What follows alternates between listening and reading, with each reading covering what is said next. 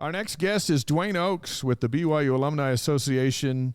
He's assisting in the southwest part of the country with mega events like the one this weekend in Las Vegas. And we welcome Duane to the Wise Guys. And Duane, we just mentioned BYU's rich history in Southern Nevada, more so than any other school, and maybe even a little more than UNLV. And I spent 20 years down there, so I speak from experience. But it is a big deal when the Cougars roll into town in Las Vegas. It is. It's going to be awesome. We're excited. And we got some good practice last year when we helped with the FanFest. So this is a great experience to just come together, celebrate, and really showcase our true blue. BYU alumni is everywhere. And that's one of the things I really have loved most about being involved. I served as a Southwest Region Director, and we coordinate Arizona and all over. But we were involved in one of the first FanFest here in Arizona with the Cardinals Stadium when we played Arizona at the Arizona Stadium. You remember that? Right. It was packed. It looked like it was a home game with BYU. Well, that same thing happened last year. If you walked around when we were up there, you saw blue everywhere. It was so fun. But the coolest thing about the game and the activities is the extra things that are going on. Yeah, tell us about it. The FanFest is kind of a new thing. And last year, I don't think everybody even knew. A lot of people I talked to said, I didn't even know they were doing it. So everybody make sure you put Friday night out on your plans and come down and join us.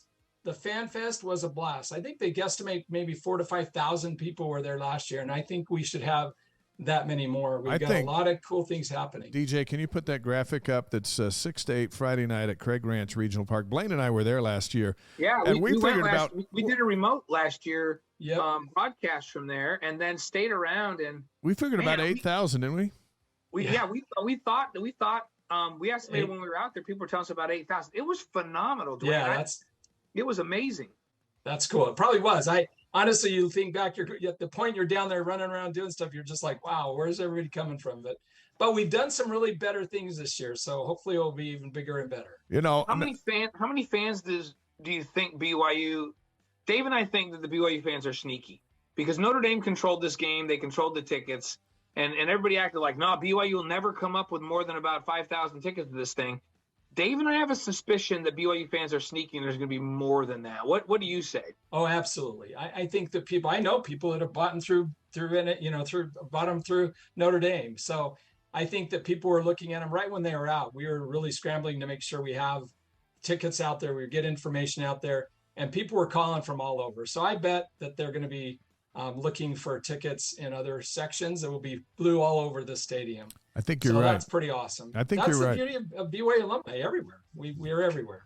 So the main activity is the FanFest on Friday, and we mentioned where it's at. Last year, it got dark, and I remember Blaine and I were leaving for our car to go back to the hotel, and fans were buying shirts using the light on their phones because the line was so long. And what have you done to rectify that? Because they're all coming back to buy new shirts. Yeah, absolutely. That was crazy. Well, number one is the bookstore is there. So that's one thing really good. And I think they were kind of in awe how many people showed up. So I know that they've already had some discussions about making it better. We'll have the Cougar, the Cougar Eats and all the different food there. So they're going to be planning for it. We also already have planned out separate areas where you can buy some of the different shirts because we actually are introducing a brand new shirt for that night. I don't know if you can show it, but we actually hold that thing up. Black shirts, and they're going to glow in the dark. What? And so we're going to be selling the shirts there. So they're black shirts with glow in the dark. I don't know if you can see it that way. Yeah, we can see that. So that's is the Y glow in the dark? Because I don't know how black glows in the dark. So the Y is going to glow in the dark. Yeah, the Y is going to glow in the dark. Isn't that awesome? That is awesome. So they'll be up for sale that day at the FanFest. So come out, enjoy that. And then we have also last year's shirts because we made them generic because we knew we'd be coming back, and they just have BYU and Notre, Las Vegas and some cool stuff. So there's great stuff that we'll be supporting. And the neat thing about that, if I can just plug Y, when we make those things through the Alumni Association, we do it as fundraisers to give back to the Y. We did just in our region, we did 59 scholarships from what we call the BYU replenishment grants. And every time you buy something from one of our alumni projects like that, it's really going back to the spirit of the Y and helping a student at BYU go to school. So we funded just in our region, this area, 59 scholars that are back up there because of people that were involved, and that's pretty awesome. That's awesome. Hey, we're getting a couple of questions from our streamers in regards to Cougar Tails. Will they be bringing Cougar Tails down to sell on Friday?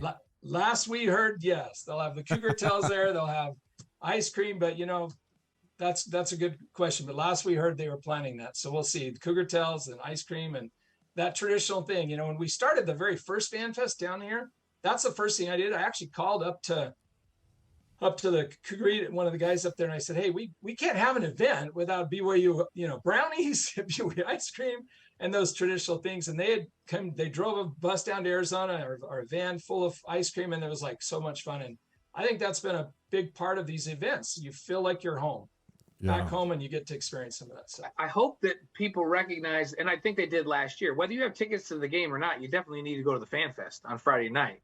Absolutely. How many BYU alum are in the Las Vegas area? Honestly, I'm not exactly sure, but there's thousands and here's what's neat about this FanFest. Because there's some change in new leadership, Steve Morrison and his wife are the new leaders of that region, but we knew just from our experience last year, we needed a lot. So we actually have six regions that are 6 chapters that are coming up, driving up Friday to help. So we have the Las Vegas chapter, the Arizona Phoenix chapter, the Tucson chapter, the Albuquerque chapter, the Utah Iron County, and this Utah St. George chapter. So they're all coming in to help. And so we'll have a lot of people, but I think there'll be thousands from that area. We could get the numbers. I unfortunately didn't get that. I apologize. That's all right. That's all right. Lots of people out there. I think last year, remember, it was end of August, right? We're still in August. Yeah, it was super hot. Like barely. The FanFest, the fear was the heat, and it was lighter longer. Yeah. Well, now we're in October, and so it'll be perfect weather.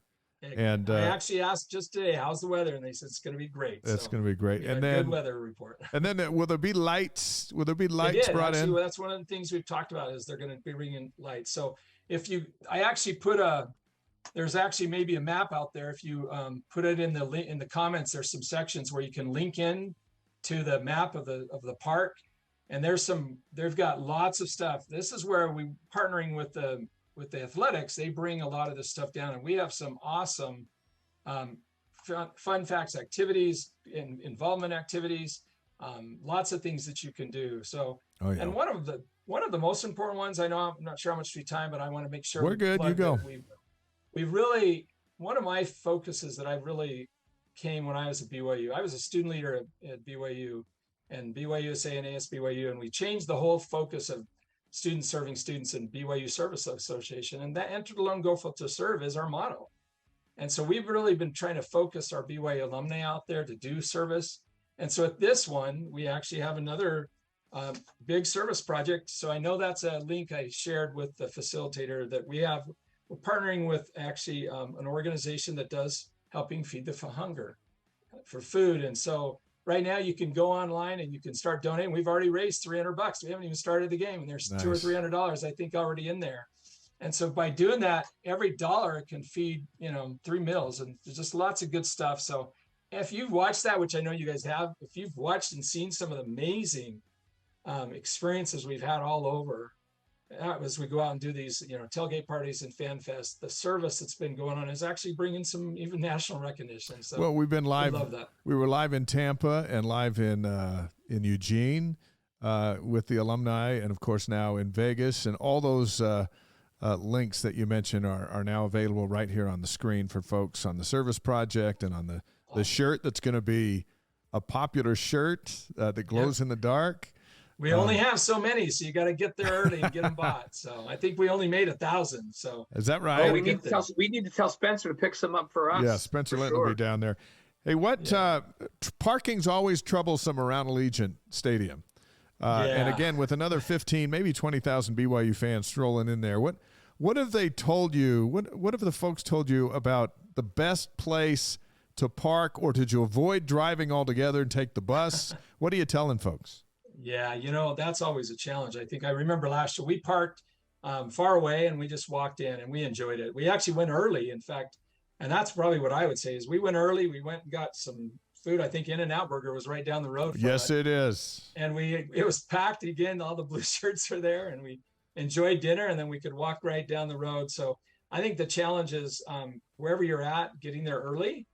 Same thing with the FanFest. We're going to have a little bit of challenge with parking because the park we moved it a little bit where it was at last year. It's going to be in a different location. Okay. But come ready for that, but come early for both that and the game. I think parking is going to be one of those, get there early and find ways to carpool or get connected other ways. And the weather will be better too around the game. You can hang out actually outside the stadium. It was like 105 degrees when we were there last year, and it shouldn't be that way on Saturday. We had lots. It was fun just to be there. We went early and took pictures. That stadium was amazing to be there with all the Cougars and taking pictures, and that's pretty cool. And even just to shout back to the FanFest, one of our biggest concerns last year, I'm sure you guys remember that, there wasn't a lot of food. There wasn't a lot of stuff. We actually are bringing 5 major food trucks, some of the best ones for strip cheese and macaroni and cheese and Cactus Jacks. And so there's going to be a bunch of food trucks there too. That's good because Blaine and I were starving there last year. We had to. Yeah, I think we all were. But we did get some BYU Creamery ice cream at the very end. Yeah. So we were okay. We survived. That's as long as we get that, we're good. But yeah, we did look at that. How do we make sure we got that going? So there should be some food trucks but I think you're right. How do we park, get there, find out where you can park and walk in. So. As you look at BYU joining the Big 12, and we'll finish up with this one, and now the football team's going to go into markets that it hasn't been in, but there are BYU fans there, and it seems like every stop in this Big 12 is another opportunity for the alumni to kind of come out of the house, put on their BYU shirt, raise their flag, get together in a way they haven't been able to do it in a long, long time. From the Alumni Association, how strategic is this going to be moving forward to try and get and connect everybody? Actually, we've already got a committee going. We've had it going for about a year. We have Seth, one of our, he's from Tennessee. He actually helped coordinate the Big Tennessee thing, and he served as one of the region directors there. Now he's the Pac-12, the Big 12, excuse me, that was great. The Big 12 transition kind of committee. And we've already had lots of discussions, and I can tell you, the service is a big part of that. How do we go into these communities and share the spirit of the Y and also the church and being involved? And I think lots of discussions as well as how all these opening doors for even temples and churches and groups and all over expanding throughout this, that there's no coincidence as we have the opportunities to serve and make a difference and enjoy that and collaborate with each other to make a difference between the schools. I know when I go up to the game when we were playing Baylor, we just talked a lot with them and they're like, welcome. We're excited to have another faith-based group that we can do stuff together. And I just love that. And I know that we've had lots of discussions as a general alumni board. How do we move on that? And so there's officially a committee, the Big 12 kind of transition committee. How do we work and plan and organize that? So I know BYU TV is doing the exact same thing. It's rare that in 2023, right, that you get to just plop your university down into places it's never been. And right. I think it's going to be awesome. I know Blaine and I are excited to kind of take the ride. Yeah, well, we are too. And I know that their alumni out throughout the country are as well, because sometimes they've never seen, we've got often in this side of the country, we get the performing arts group and we've seen almost every sports group. But when you're way out in kind of different areas, you don't really get that chance, and now they will, and they're excited. Well, Morgantown with some of the games. Morgantown, West Virginia, the BYU's coming. Speaking of somewhere far out and away from where we are. Yeah. Well, it's good experience, and it's great to be part of the Y and great to be part of the traditions we have. And I think, the game is going to be another good tradition. We'll be there, and we'll be there in force. So. Hey, thank you. It's good. Thank you, guys. Awesome. Thanks, Duane, and thanks for all you're doing down there. That's going to be a great weekend. It's going to be fun. Thank you, guys. You got it. See you later. See you at the game, and all those links are up for fans to find where the FanFest is, and the service project and how they can get involved.